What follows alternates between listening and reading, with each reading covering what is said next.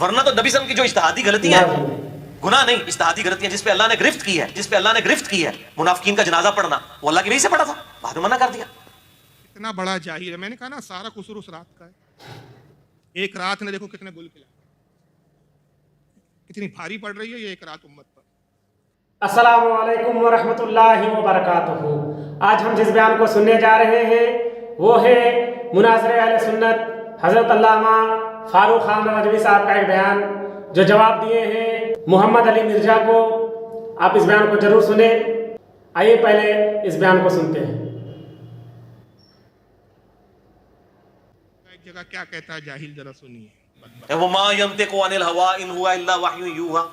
اور بھئی یہ قرآن کے بارے میں ہے، نبی کی ہر بات کے بارے میں نہیں ہے کہ اللہ کی وحی سے ہوتی ہے، نہیں، ورنہ تو نبی صلی اللہ علیہ وسلم کی جو اجتہادی غلطیاں ہیں، ورنہ تو نبی صلی اللہ علیہ وسلم کی جو اجتہادی غلطیاں ہیں، گناہ نہیں، اجتہادی غلطیاں جس پہ اللہ نے گرفت کی ہے، جس پہ اللہ نے گرفت کی ہے، منافقین کا جنازہ پڑھنا، وہ اللہ کی وحی سے پڑھا تھا، بعد میں منع کر دیا۔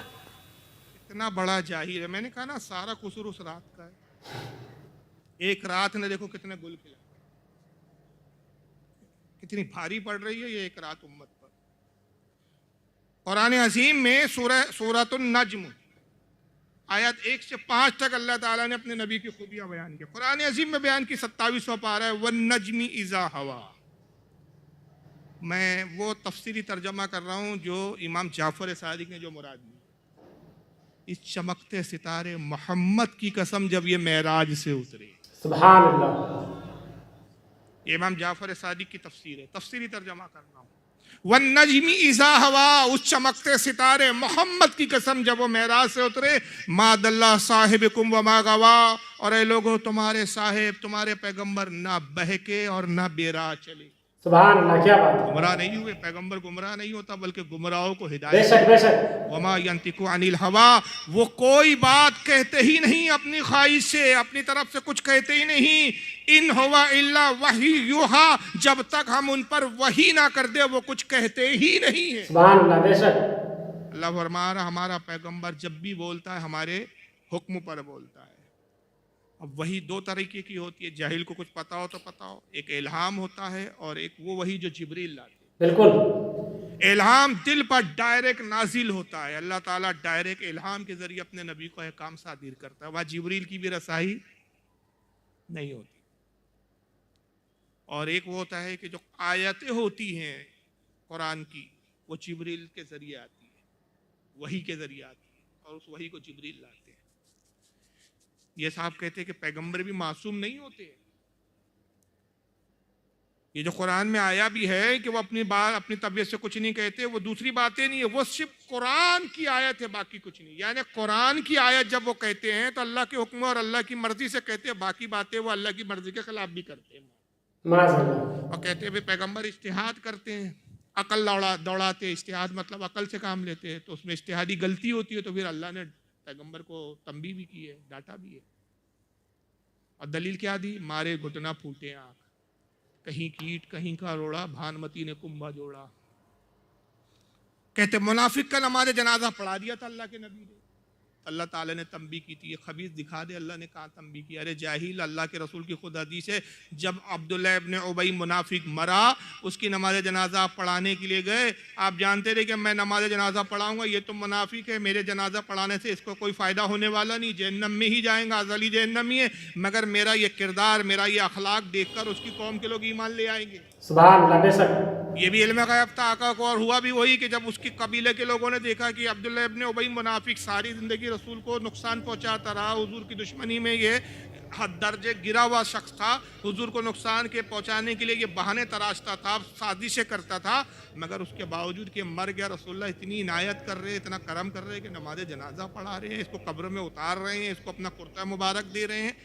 بس یہی کردار اور اخلاق دیکھ کے اس کی قوم کے لوگ متاثر ہوئے اور وہ سب کے سب ایمان لے۔ بے شک، سبحان اللہ، کیا بات ہے۔ حضرت عمر نے اس وقت جب روکا، وہ نہیں جانتے تھے کیا ہونے والا ہے، علم غیب تو نبی کو تھا نا، حضرت عمر کو نہیں پتا تھا کہ کیا ہونا ہے، اس کا فائدہ کیا ملے۔ انہوں نے کہا یا رسول اللہ یہ تو منافق ہے، آپ اس کی نماز جنازہ پڑھائیں گے؟ حدیث میں واضح الفاظ ہے کہ حضور نے کہا میرے رب نے مجھے منع نہیں کیا، بالکل۔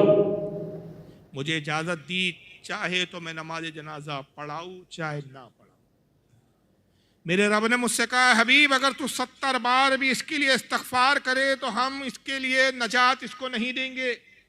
اگر میرا رب کہتا ہے کہ اے محبوب اگر تو 71 بار استغفار کرے یا 70 سے زیادہ بار استغفار کرے تو میں اسے بخش دوں گا، تو میں اس کے لیے 70 سے زیادہ استغفار کر لیتا۔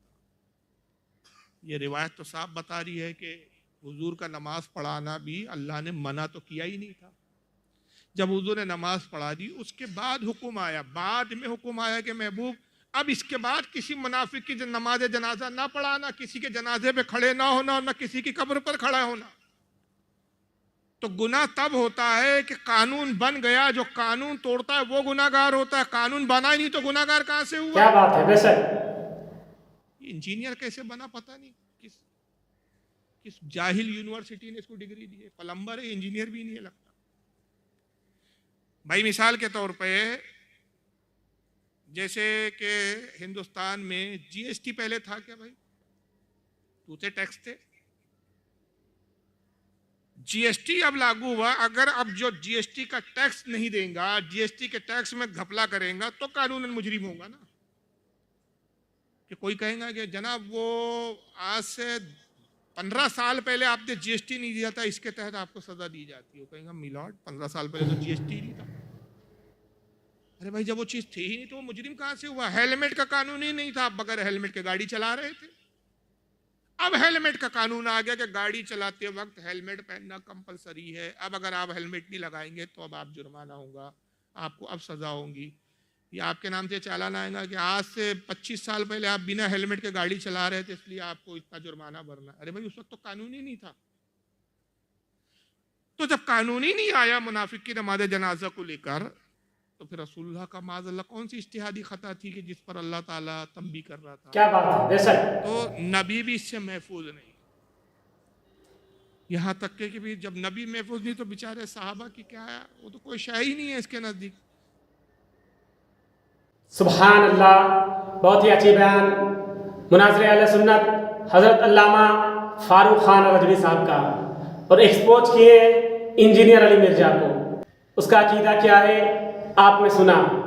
اللہ تبارک و تعالی ہم سب کو اس فتنے سے دور رکھے اور اس فتنے سے محفوظ رکھے۔